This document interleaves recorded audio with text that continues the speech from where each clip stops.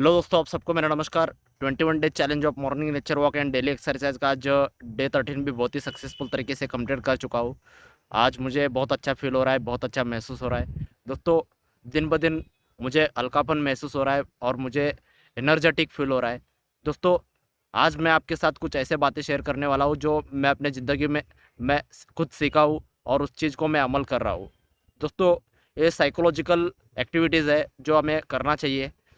इसके बदौलत हमारे जीवन में बहुत सारा परिवर्तन हो जाता है। बहुत सारी चीज़ें होते हैं दोस्तों, हम अपने ज़िंदगी में बदलाव नहीं करते। इसके वजह से क्या होता है कि हमारा ज़िंदगी वही का वही रह जाता है। वही पुराना ज़िंदगी हम जीते हैं।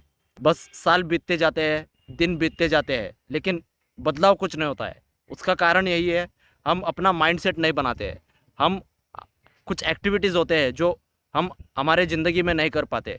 इसके वजह से होता क्या है, हम वो चीज़ कभी हासिल नहीं कर पाते जो हम कभी सपने में देखा था या कभी सोचा था। ऐसे बहुत सारे लोग होते हैं जो करना तो बहुत कुछ चाहते हैं, लेकिन उस चीज़ को कर नहीं पाते क्योंकि उनके अंदर कुछ साइकोलॉजिकल एक्टिविटीज़ होते हैं। वो कुछ लोग जानते नहीं है या जानते हुए भी करते नहीं है। इस वजह से उनके ज़िंदगी में कुछ बड़ा बदलाव नहीं होता है और उनको कुछ चेंजेस देखने को नहीं मिलते। दोस्तों, मैं आज आपको कुछ ऐसा साइकोलॉजिकल एक्टिविटीज़ के बारे में बात करूंगा जो 13 साइकोलॉजिकल एक्टिविटीज़ है। इसको आप अगर करोगे, इसको अगर आप ज़िंदगी में अमल करोगे, मैं आपको दावे के साथ कहता हूँ, आपके ज़िंदगी में बहुत सारे परिवर्तन देखने को मिलेंगे। बहुत सारे चेंजेस आपको देखने को मिलेंगे। दोस्तों, ये 13 एक्टिविटीज़ क्या है, इसको हम एक एक करके क्रमशः देखते हैं। सीक्वेंस के साथ करना है।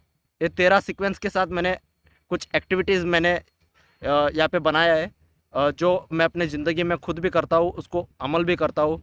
बस मैं आपके साथ आज मुझे मुझे लगा कि ये 13 एक्टिविटीज़ साइकोलॉजिकल एक्टिविटीज़ जो है आपके साथ शेयर करना चाहिए। दोस्तों, ये 13 एक्टिविटीज़ क्या है, इसको हम एक एक करके विस्तार से देखते हैं। ये 13 एक्टिविटीज़ क्या क्या है। इसमें पहला एक्टिविटी आता है फर्स्ट साइकोलॉजिकल एक्टिविटी। अपना माइंडसेट बनाने के लिए सबसे ज़रूरी चीज़ है अपने उद्देश्य को खोजना, यानी इसे कहते हैं फाइंड पर्पज़।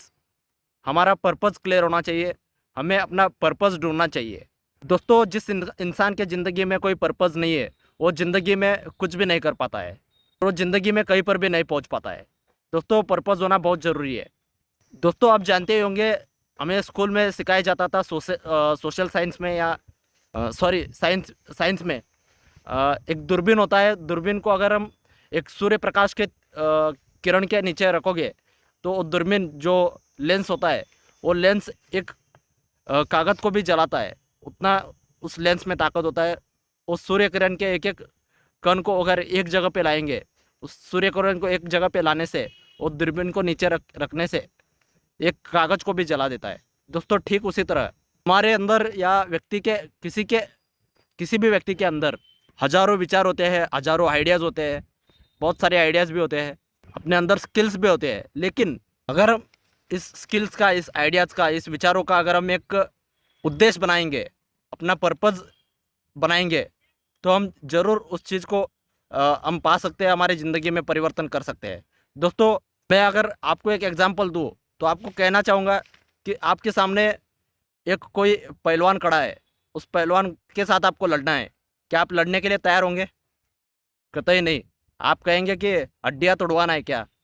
आप बात कर रहे सर, आप पहलवान से लड़ूंगा तो मेरे हड्डियाँ टूट जाएंगे ना, इसलिए हम नहीं लड़ेंगे। लेकिन दोस्तों, अब सिचुएशन थोड़ा अलग है। अब ध्यान से सुनो। अब वही पहलवान आदमी है और उसी से आपको लड़ना है। लेकिन इस बार हुआ क्या है, वो जो पहलवान है, वो पहलवान आपके माँ बाप को और आपके बहन को छेड़ा है और साथ ही साथ आप आपके परिवार के लोगों के साथ उसने बदतमीजी से पेश आया है। तब बदतमीजी से आपके साथ, आपके परिवार के साथ बिहेव किया है। तो आप उस पहलवान के साथ लड़ोगे या उसको छोड़ोगे? दोस्तों, आप बिल्कुल लड़ोगे, क्योंकि अभी आपके पास एक पर्पज़ है, एक कारण है। उस पहलवान के प्रति आपका अभी गुस्सा है क्योंकि आपके परिवार के सदस्यों के साथ उसने, आपके माँ बाप के साथ, आपके बहन के साथ उसने बदतमीजी से पेश आया है। अभी आप उसको सबक सिखाना चाहोगे, उसको, आपके परिवार के सदस्यों को चिढ़ने का, आपके माँ बहन बाप को चिढ़ने की वजह से उसका अंजाम क्या होगा उसको आप दिखाना चाहोगे। दोस्तों ऐसे बहुत सारे एग्जाम्पल है जो पर्पज़ के लिए मैं बता सकता हूँ। जैसे कि आप जानते होंगे, एक कॉमन मैन को कोई भी मुश्किल काम करने को कहे तो वो नामुमकिन लगता है या एक मुश्किल लगता है, लेकिन उसके साथ अगर कोई पर्पज़ जुड़ जाए तो इंसान मुश्किल काम को भी बहुत ही आसान तरीके से कर पाता है। लेकिन उसके सामने अगर कोई उद्देश्य या पर्पज़ हो तो ज़रूर वो उस चीज़ को कर पाता है। एग्जाम्पल के तौर पर अगर बताए तो आप यूट्यूब पे बहुत सारे वीडियोज़ है उसको देख सकते हो, जो कि कार के नीचे बच्चे फंसे थे। उनके बच्चे फंसने की वजह से कई माँओं ने क्या किया, उनके अंदर इतना शक्ति आ गया कि वो कार को भी उठा लिया। यानी इतना पावर कहाँ से आ गया, क्योंकि तब अपने बच्चों को बचाना चाहिए, ये एक पर्पज़ था। इसीलिए वो शक्ति आती है, एक ऊर्जा होती है, वो तब ऊर्जा अंदर से फैल जाता है। दोस्तों इसके बाद साइकोलॉजिकल एक्टिविटीज़ में नंबर 2 पर आता है सेकंड एक्टिविटी, अपना लक्ष्य निर्धारित करें। अपना लक्ष्य निर्धारित करें यानी अपना जो भी गोल्स है उसको सेट करना चाहिए। दोस्तों एक बहुत बड़ा कला है गोल सेटिंग करने का, इसको आर्ट ऑफ गोल सेटिंग भी कहते हैं। दोस्तों आप अपना उद्देश्य खोजने के बाद सबसे ज़रूरी काम है अपना जो भी उद्देश्य है वहाँ तक पहुँचने के लिए लक्ष्य निर्धारित करना बहुत ज़रूरी होता है। यानी अपना गोल सेट करना बहुत ज़रूरी होता है। अपना गोल सेट करने से अपना उद्देश्य का हमेशा आपको बोध होता रहता है, आपका उद्देश्य हमेशा उस गोल के वजह से याद आता रहता है और अपना उद्देश्य को बार बार याद दिलाता है और अपना ध्यान उस उद्देश्य को पाने के ऊपर आपका ध्यान पूरा केंद्रित हो जाता है। आप अपना चौमुखी विकास करने के लिए और साथ ही साथ बैलेंस लाइफ जीने के लिए अलग अलग गोल विस्तार से लिख सकते हो। जैसे कि एग्जाम्पल के अगर बताए तो आप अपना हेल्थ अच्छा रखना चाहते हो, हेल्थ अच्छा रखने के लिए या हेल्थ में सुधार लाने के लिए आप फिजिकल गोल्स या मेंटल गोल्स बना सकते हो। और साथ ही साथ आप अगर अपना वेल्थ अच्छा बनाना चाहते हो, वेल्थ में सुधार लाना चाहते हो, तो आप अपना फाइनेंशियल गोल्स भी बना सकते हो। और अपने हॉबीज़ पूरा करना चाहते हो और साथ ही साथ अपना पर्सनैलिटी में सुधार लाना चाहते हो तो आप यहाँ पे खुद के पर्सनल गोल्स बना सकते हो। दोस्तों ऐसे बहुत बहुत सारे गोल्स के प्रकार है, आप इसको बना सकते हो। उसमें अगर बताएं तो शॉर्ट टर्म गोल्स होते हैं और मिडल टर्म गोल्स होते हैं और लॉन्ग टर्म गोल्स होते हैं। आप अपने ज़िंदगी में अभी आने वाले 1-2 साल में आपको क्या अचीवमेंट लेना है वो आप बना सकते हो शॉर्ट टर्म गोल में, और उसके बाद आप आने वाले 5 साल में आपको क्या अचीवमेंट लेना है इसको भी आप मिडल टर्म में गोल बना सकते हो। और आने वाले 10 या 15-20 साल में आपके जो भी गोल्स है, जो भी अचीवमेंट आप लेना चाहते हो उसको भी आप गोल्स बना सकते हो। ये लॉन्ग टर्म गोल होता है, इसको भी आप बना के आप गोल्स लिख के रखना है, तो इसका फ़ायदा आपको बहुत मिलेगा। दोस्तों इसके पहले भी मैंने बताया कि गोल्स लिखने वाले लोग जो होते हैं इस पूरे दुनिया में अगर देखा जाए उसका परसेंटेज मात्र 3 या 4% लोग ही है जो अपना गोल्स को लिखते हैं, और वही लोग होते हैं अपने गोल्स को लिखने वाले ही अपने गोल्स को कंप्लीट करते हैं। गोल्स और ड्रीम्स में बहुत बड़ा अंतर होता है। ड्रीम्स सिर्फ देखा जाता है और अगले दिन उसको भूल भी जाते हैं, लेकिन गोल्स क्या होते हैं उसके ऊपर हम टारगेट लगा के काम करते हैं। गोल्स और ड्रीम्स में बहुत बड़ा अंतर है, इस चीज़ को समझ लो। और हमेशा गोल्स लिखा हुआ होना चाहिए और उसको हमेशा अपने नज़र के सामने रख के उसको हम फॉलो करना चाहिए। और अपने जो गोल्स होना चाहिए वो अपने नज़र के सामने होना चाहिए और जिगर के पास होना चाहिए, यानी आंखों के सामने और अपने दिल में होना चाहिए। और साथ ही साथ आप ये भी गोल बना सकते हो जो दूसरों के लिए या समाज के लिए भी गोल बना सकते हो, इसको हम सोशल गोल्स बोलते हैं। ये भी बनाना बहुत ही ज़रूरी होता है, इससे आपको बहुत ही सेटिस्फाइड ज़िंदगी मिलता है, बहुत अच्छा लगता है। दोस्तों मैंने भी कुछ सोशल गोल्स भी बनाया है, मैंने पर्सनल गोल भी बनाया है, जो मैंने अपने खुद को हेल्थ अच्छा रखने के हेल्थ रिलेटेड गोल बनाया, फाइनेंशियल कंडीशन को सुधारने के लिए फाइनेंशियल गोल भी बनाया। आप भी इस तरीके से एक एक करके आप भी अपना गोल्स बना सकते हो। आपको अगर गोल्स के बारे में कुछ और भी जानकारी है तो आप भी कमेंट बॉक्स में कमेंट करके बता सकते हो। और साथ ही आपको अगर हमसे कुछ बातचीत करना है तो हमारे साथ पर्सनली भी मिलके बातचीत कर सकते हो अगर संभव हो तो। और साथ ही साथ दोस्तों इसके बाद हम इस साइकोलॉजिकल एक्टिविटीज़ में नंबर 4 पर देखते हैं नंबर 4 वाला एक्टिविटी, सॉरी नंबर 3 वाला एक्टिविटी, मैं क्षमा चाहता हूँ, नंबर 3 वाला एक्टिविटी, सीखना जारी रखे। सीखना जारी रखे, सीखना बहुत ज़रूरी होता है दोस्तों, इसको हम परशु लर्निंग भी कहते हैं। दोस्तों हमेशा सीखते रहने से हम अपने अंदर बहुत सारा बदलाव करते हैं, बहुत सारी चीज़ें सीखते रहते हैं। तो ये जो सीखने का सिलसिला है ये ज़िंदगी भर जारी रहता है। जो इंसान हमेशा अपने आप को सीखते रहता है और अपने आप को अपडेट करते रहता है, वो अपने क्षेत्र में एक टॉप लेवल पे पहुंचता है और अपने ज़िंदगी में बहुत बड़ा मुकाम हासिल कर लेता है। दोस्तों, आप अगर सीखने का ये सिलसिला बंद कर दोगे तो आप अपने क्षेत्र में हो या किसी भी ज़िंदगी में हो, आप इस खेल से बाहर हो जाओगे। इसलिए बोला जाता है कि सीखना बंद तो जीतना बंद। जो सीखेगा वही जीतेगा। दोस्तों, इसलिए हर हमेशा सीखने के ऊपर अपना लक्ष्य केंद्रित करिए, अपना फोकस रखिए सीखने के ऊपर। दोस्तों, आप किसी दूसरे से कितना बेहतर हो ये इम्पोर्टेंट नहीं है। आप अपने कल से आज कितना बेहतर हो और कल कितना बेहतर बनोगे ये सबसे ज़रूरी चीज़ है। आप अपने आप के अंदर कल के मुकाबले अगर बात किया तो आज कितना सुधर गए ये बहुत ज़रूरी बात है। आज आपके अंदर क्या बदलाव, नया बदलाव आपने किया, आज आपने क्या नया सीखा, ये बहुत ज़रूरी है। दोस्तों, आज से अभी से एक नियम बना लो, चाहे ज़िंदगी में कुछ भी हो जाए, रोज़ आप सीखने के लिए समय निकालेंगे और अपने आप को बेहतर बनाने के लिए वक्त निकालेंगे। खुद से बोलिए, मैं सीखने के लिए रोज़ समय निकालूंगा, अपने आप को बेहतर बनाने के लिए मैं रोज़ सीखते रहूँगा। ऐसे अपने आप को कमेंट करिए, अपने आप को कमिटमेंट दीजिए।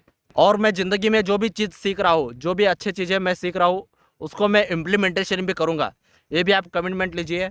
और ज़रूर आपके साथ वो चीज़ें घटित होने लगेंगे जो आपने अभी तक सोचा, जो अभी तक आपने हासिल नहीं किया, वो अभी आप हासिल कर सकते हो। बस आप जो भी सीख रहे हो उस चीज़ को इम्प्लीमेंटेशन करना शुरू कीजिए। अगर इस कान से सुनोगे, इस कान से आप अगर उस चीज़ को छोड़ोगे तो कोई फ़ायदा नहीं है। उस चीज़ को सीखना भी है, समझना भी है और साथ साथ उस चीज़ को अमल भी करना है।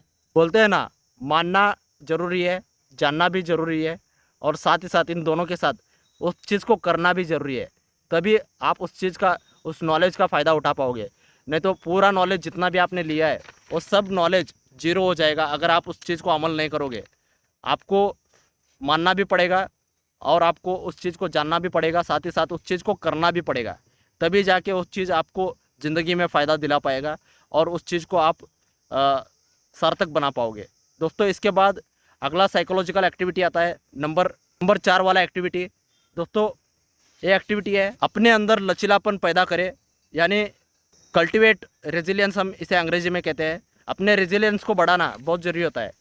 दोस्तों, जब हम अपने उद्देश्यों को प्राप्त करने के लिए, अपने गोल्स को अचीव करने के लिए हम काम करते वक्त कुछ असफलताएं या कुछ रिजेक्शन आता ही है।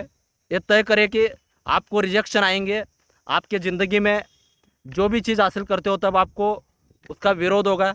आपको कई ऐसे चैलेंजेस आएंगे जब आपको लगेगा कि उस चीज़ को गिव अप कर दे, यानी छोड़ दे। लेकिन दोस्तों, उस वक्त हम गिव अप ना करते हुए अपने स्किल्स को अगर हम डेवलप करने के ऊपर फोकस करेंगे या अपने रेजिलियंस को बढ़ाकर हम काम करते हैं तो ज़रूर दोस्तों हम बाउंस बैक करके हमारे ज़िंदगी में बहुत सारी चीज़ें ऐसे हासिल कर पाते हैं जो दूसरे लोगों ने उस क्षेत्र में नहीं पाया। और हमारे उद्देश्यों को जो हमने ठाना है उसको कभी नहीं भूलना है, उसके ऊपर हमेशा माइंडसेट बना के काम करना है।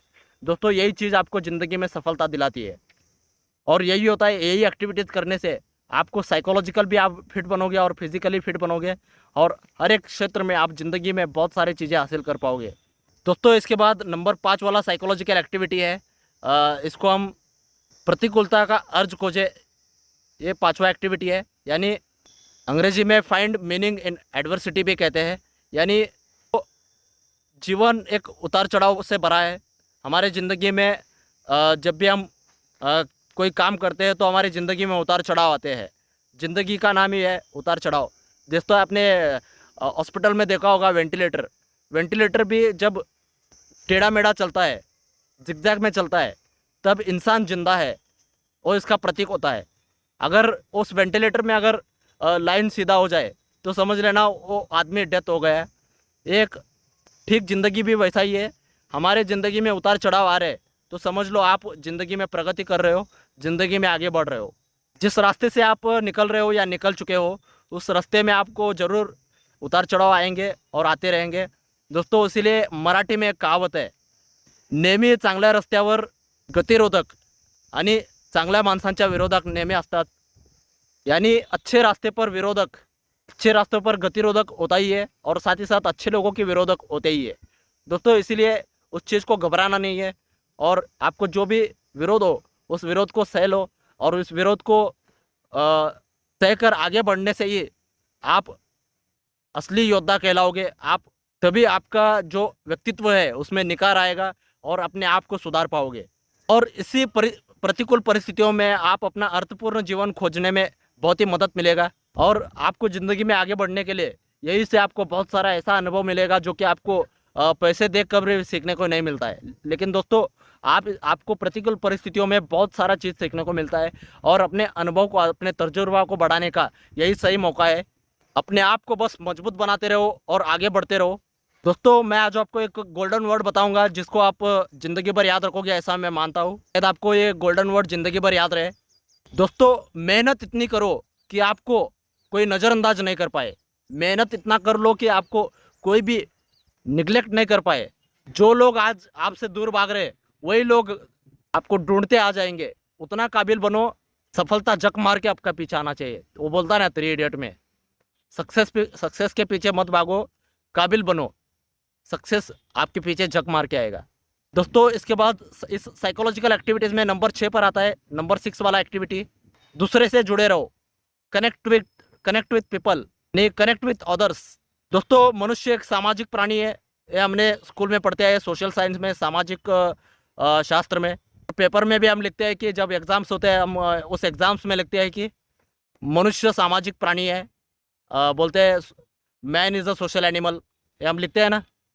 दोस्तों, सही है, हम इस चीज़ को लिखते हैं। दूसरों के साथ अच्छा संबंध बनाना ये हमारे भलाई के लिए बहुत ही अच्छा है, ये भलाई के लिए बहुत ही आवश्यकता भी है।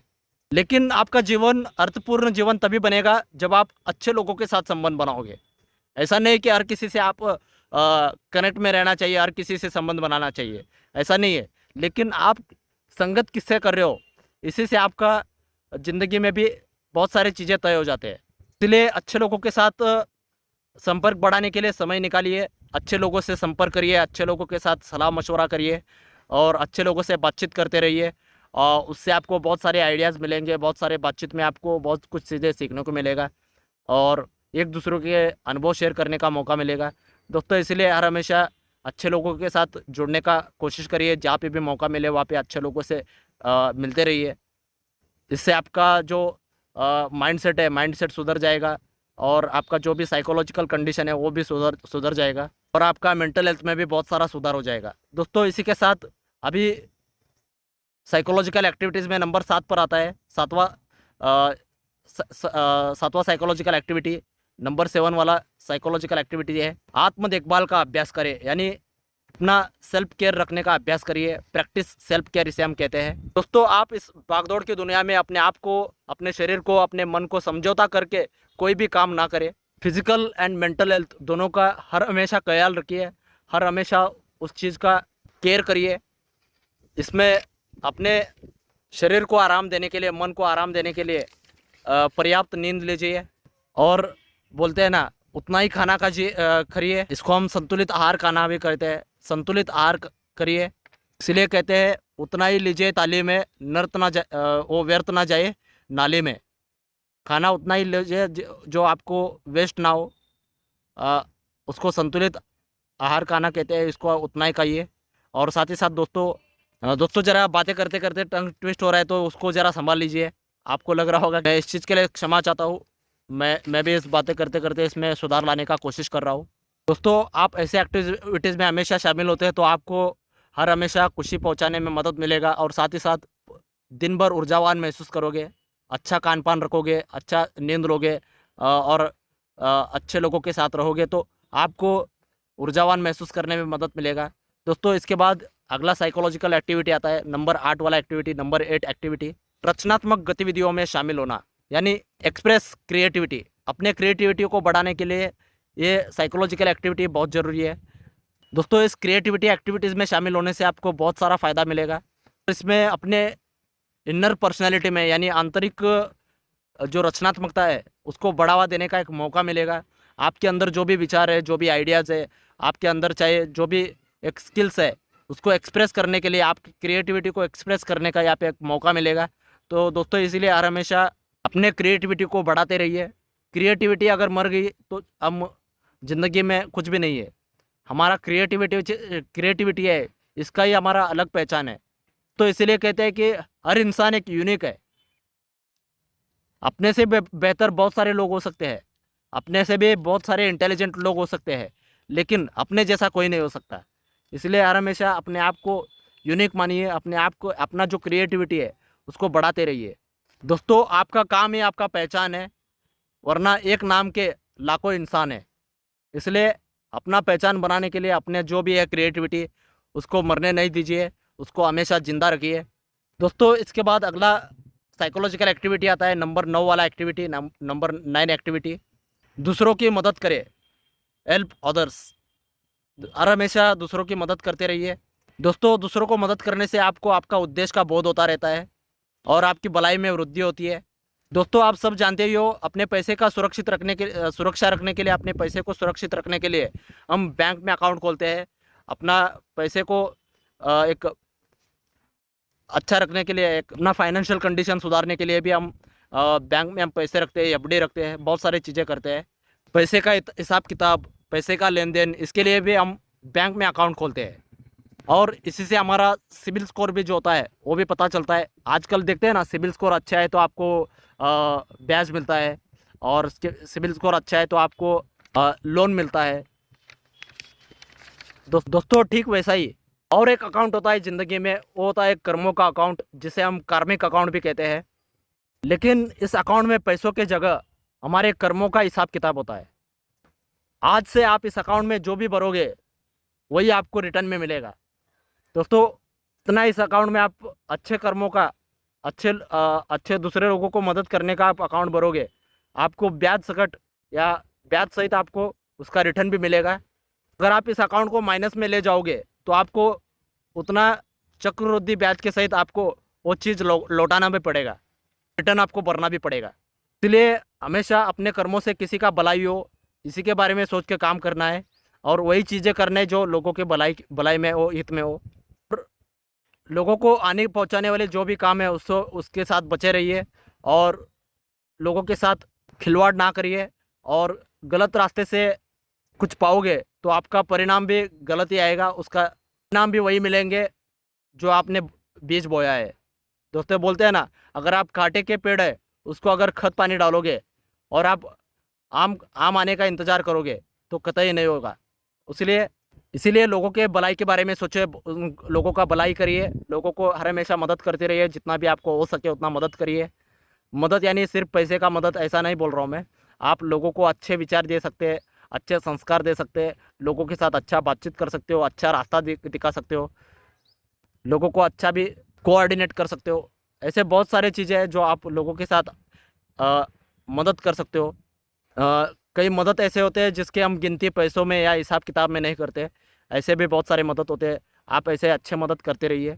दोस्तों, इसके बाद अगला साइकोलॉजिकल एक्टिविटी आता है, नंबर 10 वाला एक्टिविटी, नंबर 10 एक्टिविटी, माइंडफुलनेस को पैदा करे, कल्टिवेट माइंडफुलनेस। दोस्तों, ये माइंडफुलनेस क्या है, इसे अगर आसान भाषा में समझाए तो ये माइंडफुलनेस इस वर्तमान क्षण में, इस पल में रहने का एक अभ्यास करना है।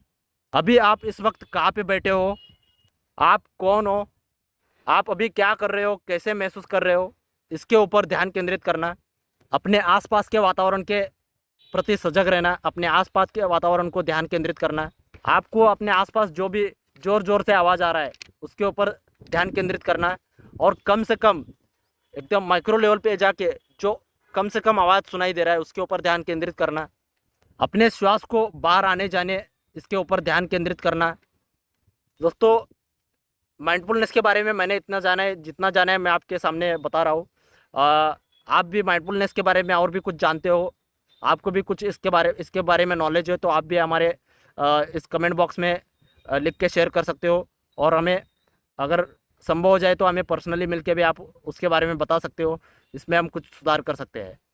दोस्तों, इसके बाद नंबर 11 यानी 11th एक्टिविटी आता है, 11th साइकोलॉजिकल एक्टिविटी।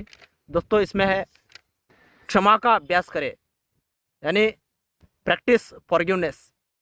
दोस्तों, क्षमा करना और क्षमा मांगना ये साधारण लोगों की बस की बात नहीं है। दोस्तों, क्षमा करना भी बहुत ज़रूरी होता है, और माफ़ी मांगना और माफ़ी मांगना और माफ़ करना ये दोनों चीज़ें एक साधारण लोगों के बस की बात नहीं है।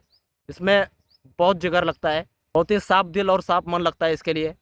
इसमें दूसरों के प्रति द्वेष, जो भी आपको क्रोध है उसको कम करना भी और उसके करना भी शामिल है। आप क्षमा करना और क्षमा मांगना, ये चीज़ें अगर रोज़ इसका आप अभ्यास करोगे तो आपको बहुत ही शांतिपूर्वक महसूस होगा। आपका मन बहुत ही हल्कापन महसूस करेगा और आपके भलाई में भी बहुत सारा वृद्धि होगा और बहुत सारा विकास होगा।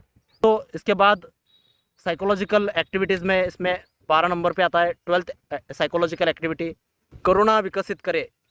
दोस्तों, इस करुणा में हम दूसरों के संघर्षों को समझना बहुत ज़रूरी होता है, दूसरों के संघर्षों का सम्मान करना। दोस्तों, करुणा भाव विकसित करने से आप दूसरों के साथ अच्छा जुड़ाव सा महसूस करोगे। एक आप इससे एक अपना IQ लेवल को बढ़ाने में मदद मिलेगा। दोस्तों, बोला जाता है IQ लेवल और EQ लेवल ये दो होते हैं, intelligent quotient and emotional quotient. दोस्तों, IQ लेवल कितना भी हो, अगर बोला जाता है कि इमोशनल कोशेंट का कमी है तो हम ज़िंदगी में कुछ भी हासिल करें तो कोई फ़ायदा नहीं है। दोस्तों, इसलिए इमोशनल इंटेलिजेंस के फाउंडर जो डैनियल गोलमन है वो कहते हैं कि EQ is more important than IQ। IQ से भी ज़रूरी हमारा EQ होता है। दोस्तों, लोग सिर्फ आपके बुद्धिमानी, आपकी चतुरता या आपका नॉलेज देखकर आपके साथ लोग नहीं आएंगे, आपके साथ रिश्ता वो देख के नहीं बनाएंगे। लोग आपके साथ आपके भावनाओं के साथ रिश्ता बनाते हैं। लोग आपके इंसानियत के साथ रिश्ता बनाते हैं। आपका अगर EQ लेवल अच्छा नहीं है तो आपका IQ किसी भी काम का नहीं है। दोस्तों, आप IQ लेवल को बढ़ाते वक्त ये भी ध्यान रखिए कि EQ भी अच्छा होना चाहिए। ऐसे बहुत सारे मोस्ट इंटेलिजेंट लोग हैं जो उनका IQ लेवल बहुत बड़ा है, बहुत अच्छा है, बहुत ही ज़्यादा है, लेकिन उनके अंदर इमोशंस की कमी होने के कारण, उनके अंदर करुणा भाव की कमी के कारण वो लोग ज़िंदगी में लोगों के साथ जुड़ाव नहीं बना पाए और उनका जो इंटेलिजेंट है वो किसी भी काम का नहीं रहा। और जो लोग EQ को डेवलप किया और अपने भावनाओं के, अपने करुणा भाव को विकसित किया और अपने करुणा भाव से वो पूरे दुनिया में लोगों के दिलों में राज करते हैं। बहुत सारे लोग हैं जो कम पढ़े लिखे हैं या उनके अंदर कोई खास विशेषताएं गुण नहीं है, लेकिन उनका करुणा भाव की वजह से आज वो लोगों के दिलों में राज करते हैं। ऐसे बहुत सारे लोग आपको एग्जाम्पल देखने को मिलेंगे और जिसे हम महापुरुष लोग भी कहते हैं, तो जो रिवोल्यूशनरीज भी कहते हैं, रिवोल्यूशनरिज्म कहते हैं, यानी क्रांतिकारी लोग। इनके अंदर करुणा भाव था, इसलिए आज भी लोग उन्हें याद करते हैं, याद रखते हैं।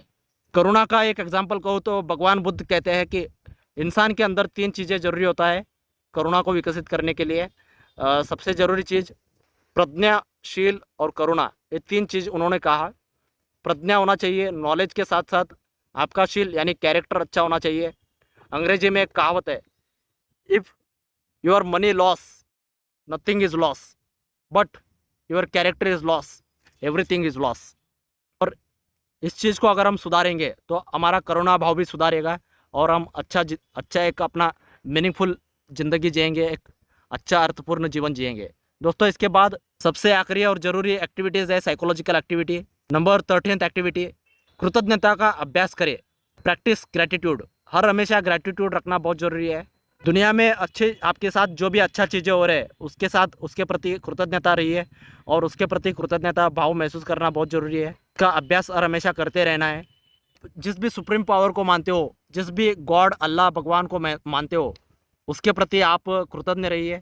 बोले कि एग्जाम्पल के बता रहा हूँ, थैंक्स गॉड, आपके आशीर्वाद से आज मैं जिंदा हूँ, आज के आशीर्वाद से आज मेरा सेहत बहुत ही बढ़िया है, आपने मुझे मानव जन्म दिया, आपने मुझे दुनिया में से बहुत ही अच्छा परिवार दिया, बहुत ही प्यारा परिवार दिया, आपने मुझे दुनिया में बहुत ऐसे सारे चीज़ें दिया जो मेरे ज़िंदगी को और भी बेहतर बनाया। दोस्तों, इस तरीके से आप भी अपना एक एफर्मेशन लिख सकते हो, जिसे हम एफर्मेशन कहते हैं। कृतज्ञता भाव महसूस करते हुए अपने आप को रोज़ एफर्मेशन करिए, अपने आवाज़ में खुद इसको सुनिए और इसको बोलिए और इस कृतज्ञता को लिख कर रखोगे तो और बहुत बढ़िया होगा। तो एफर्मेशन के बारे में मैं कभी वक्त मिलेगा तो मैं पर्सनली वीडियो भी बनाऊंगा, एक अलग वीडियो भी बनाऊंगा। दोस्तों, अभी समय की कमी है, ऑलरेडी हम 30 मिनट हम इस वीडियो में बात कर चुके हैं। दोस्तों आप इस वीडियो को यहाँ तक देखते हुए 13 पॉइंट को आपने सुन लिया, जान लिया, तो 100% इसके ऊपर इम्प्लीमेंटेशन करिए और ये आपको ज़िंदगी में बहुत ही फ़ायदा दिलाएगा और आपको बहुत बहुत फ़ायदा होगा। दोस्तों आपको इस वीडियो से कुछ सीखने को मिला है तो इस वीडियो को ज़रूर लाइक करिए और दूसरों को भी इस वीडियो का फ़ायदा हो, इन साइकोलॉजिकल एक्टिविटीज़ का फ़ायदा दिलाना चाहते हो तो आप उन तक इस वीडियो को शेयर करिए। शेयर करने से दोस्तों आपके किसी का ज़िंदगी बन सकता है, आपकी वजह से किसी की ज़िंदगी में बहुत सारा बदलाव हो सकता है। इसीलिए इस वीडियो को शेयर करिए और अपने डेली वीडियोस देखने के लिए, जो भी नया अपलोड वीडियो करते हैं उसको देखने के लिए चैनल को सब्सक्राइब करिए और बेल आइकॉन को क्लिक करना ना भूलिए कि जो भी नया अपलोड वीडियो है आप तक सबसे पहले पहुंच जाए। चलो दोस्तों आज हम यहीं पर रुकते हैं, कल मिलेंगे डे 14 के साथ। तब तक bye bye, take care, thank you so much दोस्तों, थैंक यू सो मच। आपका दिन बहुत ही बढ़िया रहे, हर हमेशा हंसते रहिए, खुश रहिए, यही हम आशा करते हैं और यहीं पे हम रुकते हैं। Thank you so much, bye bye, take care.